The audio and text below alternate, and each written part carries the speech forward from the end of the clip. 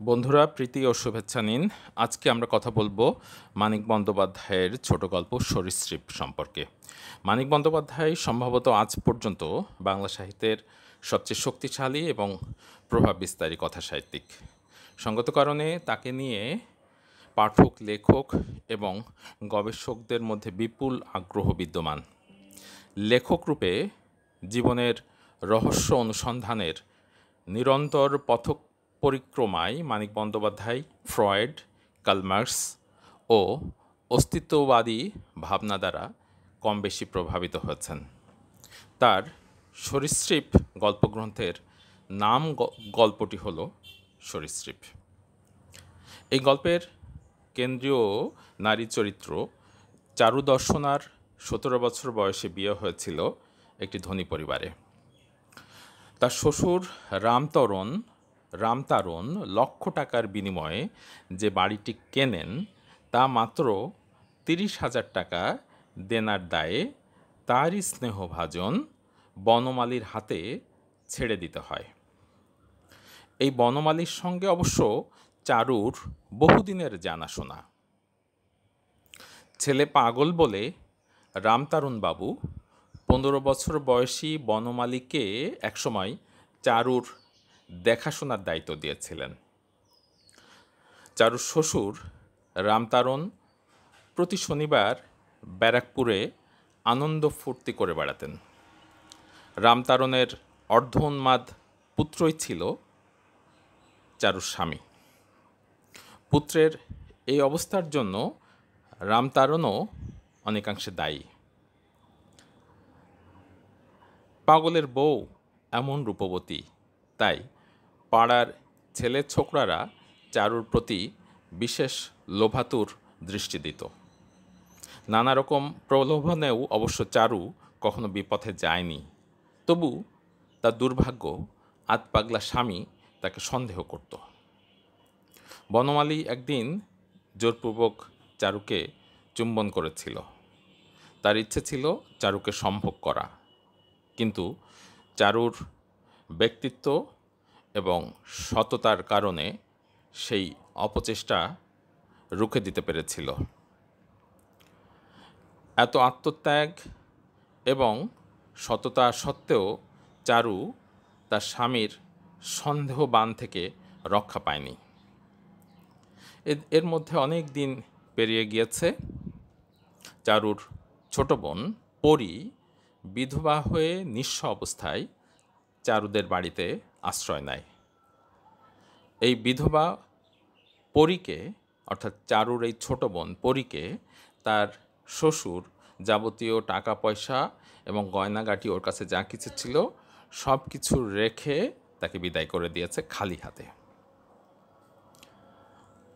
পরী আশ্রয় নেয় তার বড় বোন চারুর বাড়িতে, এবং বুদ্ধিমতী চারু অল্পদিনেই বুঝতে পারে তার বোনের বাড়ির প্রকৃত অবস্থা। সে জানে এই বাড়ির মালিক এখন তার বোন আর নয়, বনমালী। ফলে তার রূপ এবং কৌশল দিয়ে সে বনমালীকে আকৃষ্ট করে ফেলতে সক্ষম হয়। বড় বোন চারু বুঝতে পারে যে পরীর সাথে বনমালীর একটি অবাধ যৌন সম্পর্ক গড়ে উঠেছে। এক ঝড়ের রাতে চারু বনমালীর বুকের ভেতর তার ছোট বোন, বিধবা ছোট বোন পরীকে দেখতে পায়। পরী সেই সুযোগ দিয়েছিল, কারণ সে আশা করেছিল বনমালীর স্ত্রী হতে পারলে তার যাবতীয় সহায় সম্পত্তির প্রতি তারও অধিকার জন্মাবে। চারু আশঙ্কা করে এই বাড়িটা বনমালী এখন আর তার পুত্র ভুবনকে আর দেবে না, বরং পরীকে দিয়ে দেবে। চারুর মনে হয় এতদিন সে ভুল করেছে। যে বনমালী একসময় তার সামান্য একটু স্পর্শ পাওয়ার জন্য ব্যাকুল ছিল, সেই বনমালীকে সে উপেক্ষা করেছে। সে যদি শরীর দিয়ে বনমালীকে বশে রাখত, তাহলে আজ তার ছোট বোন এই যে অবস্থানটি তৈরি করেছে সেই অবস্থানটি তৈরি করতে পারত না। ফলে নিজের ছোট বোনের প্রতি ঈর্ষার আগুনে সে জ্বলতে থাকে। তারকেশ্বর যাওয়ার আগে চারু দেবতার কাছে তার বোন পরীর মৃত্যু কামনা করে। ধনবান বনমালী নারীর লিপ্সু এবং ধীরস্থির বুদ্ধির অধিকারী। বহু নারীকে সম্ভোগ করলেও তাদেরকে সে স্ত্রীর মর্যাদা দেয়নি। আকর্ষণ শেষ হলে সে ওইসব নারীদেরকে আস্তা কুড়ে ছুঁড়ে ফেলে। চারুর প্রতি একসময় তীব্র আকর্ষণ ছিল বনমালীর। এদিকে চারু কিন্তু যেই বোনের মৃত্যু কামনা করেছিল সে তারকেশ্বর যায় এবং সে বোনের জন্য কলেরার জীবাণু কৌশলে বয়ে আনবার চেষ্টা করেছিল, কিন্তু সে বোনকে মারতে পারেনি, নিজেই সে মারা গিয়েছে কলেরায় ভুগে। চারু কলেরায় মারা গেলে চারুর সন্তান ভুবনের প্রতি বনমালী বেশ খানিকটা স্নেহ প্রদর্শন করেছিল, অথচ ভেতরে ভেতরে ওই শিশুর প্রতিও একসময় বনমালীর প্রচণ্ড প্রতিহিংসা ছিল। এই গল্পে মানব মনের কামনা, অবদমন, আদিমতা এবং প্রতিহিংসাকে অসাধারণ কৌশলে রূপায়ণ করেছেন লেখক। একসময় চারুর প্রতি বনমালীর পাশবিক যৌন তাড়না প্রকট ছিল। তাতে ব্যর্থ হয়ে পরে পরীকে সম্ভোগের মধ্য দিয়ে বনমালীর লিবিডো তাড়িত মন স্পষ্ট হয়েছে। আবার অবদমিত চারু একসময় পরীর প্রতি ঈর্ষাপরায়ণ হয়ে ওঠে, আমরা সেটা বলেছি, এবং সে বোনের মৃত্যু কামনা করে, কিন্তু বাড়ি ফিরে সে আসলে নিজেই কলেরা আক্রান্ত হয় এবং সে তারকেশ্বরে আসলে একজন কলেরা আক্রান্ত রোগীর কাছাকাছি তাকে দুর্ভাগ্যবশত আসতে হয়েছিল এবং সে ওই জীবাণু বোনের জন্য বয়ে আনতে চেয়েছিল কৌশলে, কিন্তু সে নিজেই মারা যায়। নিষ্ঠুরতা এবং অমানবিকতার চরম রূপ শেষ পর্যন্ত দেখিয়েছে বনমালী। চারুর মৃত্যুর পর বনমালী পরীর ঘরে আসা বন্ধ করে দেয়। এদিকে অবোধ এবং মাতৃহীন শিশুর প্রতি চরম নিষ্ঠুর হয়ে ওঠে পরী, অথচ এই শিশুটি তারই বোনের সন্তান। মায়ের দেখা পাবে এই আশ্বাস দিয়ে সে ভুবনকে টিকিট কেটে বোম্বের গাড়িতে তুলে দেয়, ট্রেনে তুলে দেয়। বস্তুত সে চেয়েছিল তার এই বোনের পুত্র যেন হারিয়ে যায়, সে আর কখনো ফিরে না আসে। লেখক এখানে মানব মনের একটি কুৎসিত দিক তুলে ধরেছেন। পরী সম্পর্কে তিনি বলেন যে চিরদিনই দুঃখী, অন্যের দুঃখ দেখলে সে আনন্দ পায়। তাই পরী তার মাতৃহীনা বোনপো ভুবনের কান্না দেখে নিষ্ঠুর আনন্দ উপভোগ করেছিল।